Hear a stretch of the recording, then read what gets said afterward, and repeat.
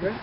Hello, my name is Mike Hurst from Highland Hill Farm. I'm in charge of growing the plants at Highland Hill Farm, and today I'm going to discuss to you how to fertilize the Arborvitae. First off, before we do any fertilizer, we have to identify what kind of plant this is. And just about all Arborvitaes, they are considered to be an indeterminate plant. An indeterminate plant means that it can grow any amount of growth it can sustain in this growing season based on the environmental conditions that it is in. For example, if it's in a drought, it won't grow as much as if it was raining about once every week. When we start fertilizing, we use something called Osmocote, which is this stuff right here. This is a pelletized slow-release fertilizer, and our concentrate is 17-17-17. When we apply the fertilizer, we just dump it into our hands, kind of just like this. And we go over and we just do a light application just to the surface of the plant, just kind of like that. We don't need to put a lot on because there's enough in here for the plant to survive. And we just spread it around just like that. Not a lot.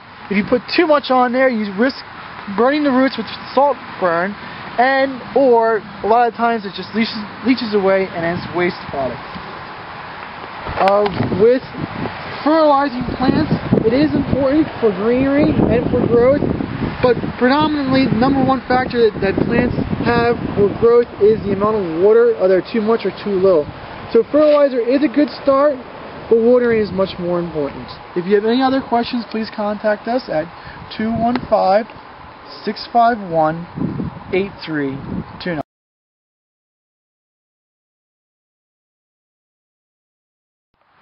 Do you need a deer-resistant windbreak or barrier that's going to help you save energy by cutting winter heating costs?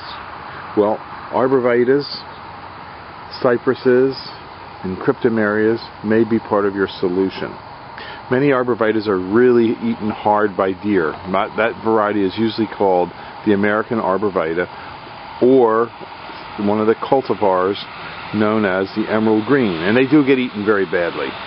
But some cultivars don't get eaten as much, and this is one of them. It's a cultivar called a green giant Arborvitae. It's a very fast grower, and the deer don't like it because it has a bitter taste. The same thing happens with the Highland cypress. It's a fast-growing cypress, and it is deer-resistant. Another one is the cryptomeria. This is Cryptomeria yoshino. It offers very good deer resistance. Now, these plants are really good for windbreaks and barriers because they grow exceptionally fast. They can grow 3 feet a year. And again, we have different varieties. This is a green giant. Now, this is another type. This is called the Western Red Cedar Zebrina. So as you can see, we grow quite a few of them. These are just a small batch of what we grow here at Highland Hill Farm. And of course, we have the deer ravaged and really eaten hard, the emerald green. And we grow thousands of them, so we're not going to run out of stock here. And this is Bill. He's our irrigation expert. How's it going today, Bill? Checking things out. Okay. Everything in this nursery is under drip irrigation, and when we install a windbreak or a hedge for you, we always put in this if there's enough trees in the order to warrant it. You can't water 50 trees at a time with a garden hose. It just doesn't work. And the survival rate increases dramatically when you use this drip irrigation line. So we include that in most of our jobs for free because we want to make sure the trees grow for you. And as you can see, we have quite a few thousands of trees here at Highland Hill Farm. And we ship them all up and down the East Coast. And on this particular farm in Fountainville, we have about 22 acres.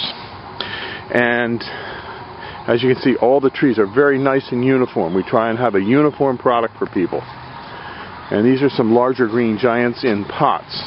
I don't recommend them, but some people want them because they're easier to plant. We prefer to sell a balled and burlap product for the green giant if it's like over 3, 4, 5 feet. These 3-foot green giants in here are easy to plant, and that's a good selection. But when you get a little bit larger, you should go to the balled and burlapped.